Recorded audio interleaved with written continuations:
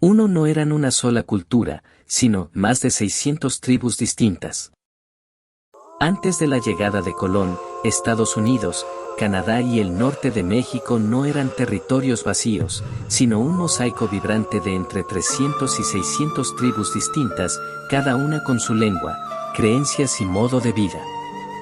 Desde los Inuit resistiendo el Ártico hasta los Apache y Mojave enfrentando el desierto, existían sociedades nómadas como los Ohlone y sedentarias como los Pueblo, que construían ciudades de adobe en el suroeste. Las viviendas variaban desde tipis en las llanuras hasta longhouses de madera entre los iroqueses y estructuras de barro en Nuevo México. La riqueza lingüística era impresionante, con más de 250 lenguas, incluyendo más de 40 variantes solo en la familia algonquina, como el cree y el ojibwe. Idiomas como el navajo se volvieron códigos indescifrables en guerras futuras, y otros como el zuni no tienen parentesco conocido. Sus creencias eran diversas, los Lakota veneraban el Bacan Tanka, los Hopi basaban sus rituales en precisos ciclos agrícolas, y los Tlingit en Alaska tallaban historias ancestrales en imponentes tótems que los europeos malinterpretaron como simples símbolos. Tristemente, aunque el continente tenía más diversidad lingüística que Europa, cientos de estas lenguas desaparecieron sin dejar rastro. 2. Ciudades más grandes que las europeas, la impresionante metrópoli de Cahokia. Hace 1000 años, mientras Europa vivía en castillos y feudalismo, en el corazón de Estados Unidos surgió Cahokia, una metrópoli precolombina junto al río Mississippi que llegó a albergar 30.000 personas, más que Londres, París o Roma en su época. Entre 1050 y 1200, sus 120 montículos dominaban el paisaje, destacando Monk's Mound, de 30 metros de altura y una base mayor que la Gran Pirámide de Giza, donde gobernaba un líder llamado el Gran Sol. Cahokia era también un centro de conocimiento, construyeron el Bodenje, un círculo de postes que marcaba solsticios, y sus edificios se alineaban con estrellas como el cinturón de Orión. Su comercio era impresionante, conchas del Golfo de México, cobre de los Grandes Lagos, obsidiana de las Rocosas y plumas de guacamayo de Centroamérica pasaban por sus mercados. Hacia 1300, la ciudad se desmoronó, quizás por sequías, guerras o cambios en el curso del Mississippi.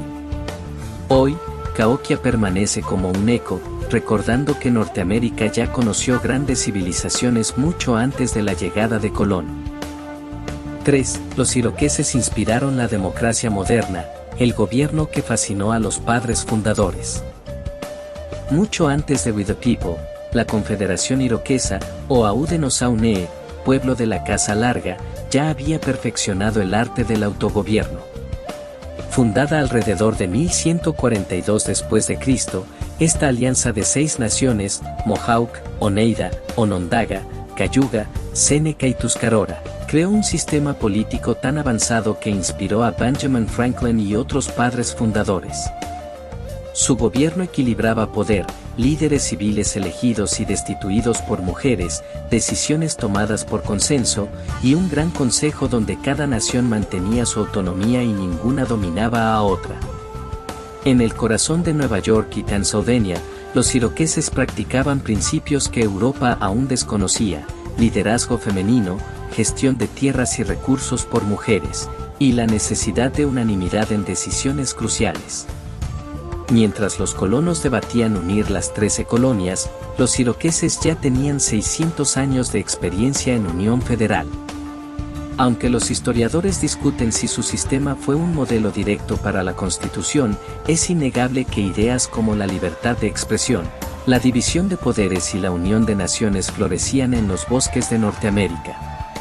Hoy, mientras el Capitolio alza su cúpula en Washington, vale recordar que las raíces de la democracia no son solo griegas o romanas, también llevan el nombre de Yaguata y de Ganahuida, quienes demostraron que la paz y la unidad entre pueblos distintos eran posibles.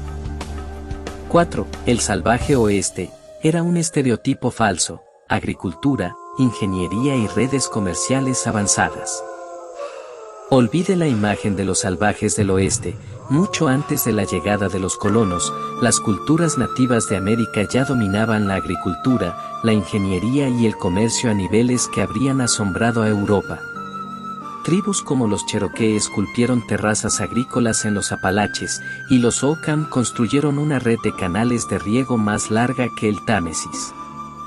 Su secreto agrícola, las tres hermanas, maíz, frijol y calabaza, alimentaba a millones de forma sostenible.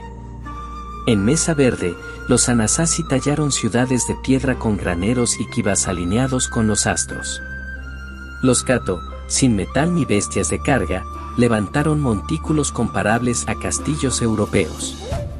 Los pueblos nativos no eran primitivos, su arquitectura y sostenibilidad siguen impresionando siglos después. El comercio nativo formaba una vasta red continental. Turquesa de Nuevo México llegaba a Chichén Itzá, obsidiana de Wyoming a California, y conchas del Pacífico al Mississippi, recorriendo distancias mayores que Europa de oeste a este. El mito del salvaje fue creado para justificar el despojo.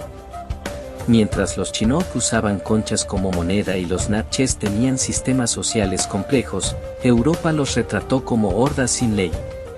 La realidad es contundente: si hubo salvajismo, vino en los barcos que trajeron cadenas. 5. Los caballos regresaron a América, como los nativos reinventaron su cultura ecuestre. Hace miles de años, los caballos desaparecieron de América, pero regresaron en 1493 con Colón, al desembarcar de la Española con caballos ibéricos, sin saber que restauraban algo que ya era parte de estas tierras. Para 1598, los españoles introdujeron caballos en el suroeste, y en menos de un siglo, tribus como los Lakota, Comanche y Nez Percé no solo los adoptaron, sino que los transformaron en símbolos de libertad y resistencia. Con el caballo, los Lakota cambiaron de aldeas a cazadores de búfalos, los Comanche perfeccionaron la equitación y dominaron el arte de montar sin silla, girando en plena carrera para disparar flechas con precisión mortal, e inventando el Ku, tocar al enemigo en batalla, un acto de valentía extrema. No solo capturaron caballos españoles, sino que criaron razas más rápidas y resistentes, estableciendo imperios como la Comanchería, más grande que Europa. Para los nativos, el caballo fue un emblema de autonomía, no de control. Hoy, los Mustangs que corren libres en el oeste llevan la sangre de esas razas perfeccionadas por tribus como los Ohlone. Así, el caballo europeo se hizo verdaderamente americano otra vez, gracias a quienes supieron domar el futuro. 6. El Día de Acción de Gracias no fue como te lo contaron, la verdad oculta detrás del mito. La imagen tradicional del Día de Acción de Gracias, peregrinos y nativos compartiendo en paz, oculta una historia de alianzas frágiles, traiciones y guerra. En 1621, los sobrevivientes de Plymouth celebraron su primera cosecha, gracias a la ayuda de los Wampanoags, liderados por Massasoit, quienes, por conveniencia militar, ofrecieron alimentos y enseñanzas agrícolas. Escuanto, un nativo secuestrado años antes, actuó como traductor. Aunque Massasoit buscaba una alianza, su hijo Metacom, rey Felipe, enfrentaría décadas después la traición colonial, robo de tierras, prohibición de rituales y esclavización de aliados. Así estalló la Guerra del Rey Felipe, 1675 a 1676, el conflicto más mortífero proporcionalmente en Estados Unidos. 1 de cada 10 colonos murió, y el 40% de los Wampanoags fue exterminado. Metacom fue ejecutado y su cabeza exhibida durante 20 años. En 1863, durante la Guerra Civil, la escritora Sarah Josepha Hale creó el mito de un Thanksgiving pacífico para promover la unidad nacional, borrando la historia real de guerras, masacres y esclavitud. Así, el primer Thanksgiving no fue un final feliz, sino el prólogo de un genocidio. 7. ¿Jefes? No exactamente, el mito del líder autoritario y las democracias tribales. Cuando los europeos llegaron a América, esperaban encontrar reyes y jerarquías, pero hallaron sociedades donde el poder se ganaba, no se imponía, y donde las mujeres elegían a los líderes. En culturas como los Lakota, no existían jefes como tal, los Vikasa y Tankan deliberaban en consejo y podían ser vetados por las mujeres. Los líderes eran temporales, un jefe de guerra mandaba solo en batalla. Mientras Europa vivía bajo monarquías absolutas, en América florecían sistemas políticos radicalmente democráticos. Entre los iroqueses, las matriarcas elegían y destituían a los líderes. Entre los Cheyennes, las decisiones se tomaban por unanimidad. En los Hopi y Zuni, los guías aconsejaban, pero no mandaban. Algunas bandas Ree ni siquiera tenían líderes formales, el poder era un servicio temporal. Estas sociedades basadas en consenso, igualdad y flexibilidad eran más libres que las de Europa, aunque la historia las olvidó. Irónicamente, los llamados salvajes habían creado democracias más avanzadas que las de sus conquistadores. 8. El mito de que no creían en la propiedad privada, derechos territoriales, herencias y hasta pleitos legales. Los colonos europeos repitieron hasta el cansancio que los nativos no creían en la propiedad. Pero eso era una mentira conveniente. Mientras ellos usaban este mito para apropiarse de tierras, tribus como los Tlingit, Cherokee y Aida llevaban siglos gestionando derechos territoriales, herencias y hasta pleitos legales con una precisión que hubiera envidiado cualquier notario europeo. La idea de que América era un territorio sin dueño servía a un propósito: justificar el robo. Pero en Alaska, los Tlingit llevaban siglos marcando con tótems familiares sus trampas de salmón, que se heredaban de madre a hija. En el sureste, los Cherokee no solo delimitaban sus parcelas, sino que demandaban a colonos que las invadían. Y en las costas de Canadá, los Aida trataban sus bancos de huevas de arenque como bienes raíces, con límites tan exactos como calles de una ciudad. Estas no eran costumbres, eran leyes. Los Tlingit arrendaban derechos de pesca a otros clanes, los Cherokee llevaban registros notariales antes de ser deportados en el Sendero de Lágrimas, y los pueblos castigaban el robo con la ceguera. No tenían ausencia de propiedad, era todo lo contrario, tenían sistemas tan sofisticados que los colonos prefirieron no entenderlos. Sí, existían bosques comunales, pero no eran tierras de nadie. Cada árbol, cada sendero, tenía normas de uso. Lo que los europeos llamaron comunismo primitivo era, en realidad, administración colectiva, y violarla tenía consecuencias terribles. La diferencia era clara: mientras los reyes europeos repartían continentes con un sello, los nativos negociaban, heredaban y litigaban cada palmo de tierra. En 2022, los Tlingit ganaron una demanda histórica por sus derechos de pesca ancestrales. 500 años después, la justicia occidental descubrió lo que ellos siempre supieron, que esas aguas tenían dueño. Una ironía amarga: lo que los colonos llamaron salvajismo era, en realidad, derecho de propiedad más avanzado que el suyo. 9. El oro rojo que cambió Europa, el picante que conquistó el mundo. Mientras los conquistadores buscaban metales preciosos, ignoraron el verdadero tesoro de América, el ají, un fruto domesticado por los pueblos indígenas siglos antes de Colón. En 1493, Colón llevó los primeros chiles a Europa, confundiéndolos con pimienta. En 50 años, el ají ya ardía en cocinas de Venecia, Goa y Hungría, donde surgiría el paprika.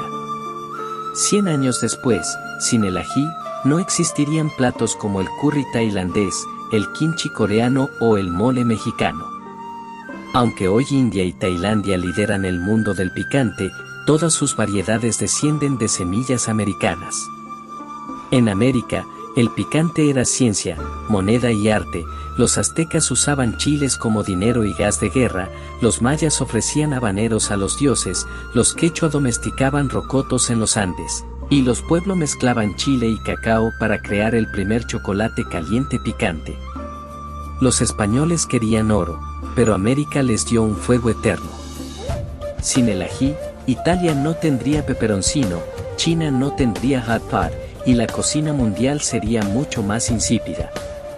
El triunfo indígena fue demostrar que el sabor, como la libertad, pica, pero también libera. 10. Resistencia oculta, los nativos americanos que el cine olvidó mostrar.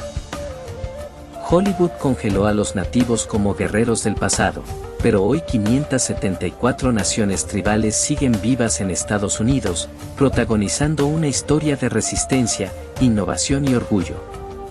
Hay 6.8 millones de indígenas, desde los navajos, casi 400.000, hasta los Sinekok de Long Island, y el 72% vive fuera de reservas, llevando su cultura a ciudades como Chicago y Nueva York. Lenguas como el Cherokee reviven en escuelas donde niños aprenden en el idioma de sus ancestros, y los Wampanoag reconstruyeron su lengua a partir de documentos coloniales.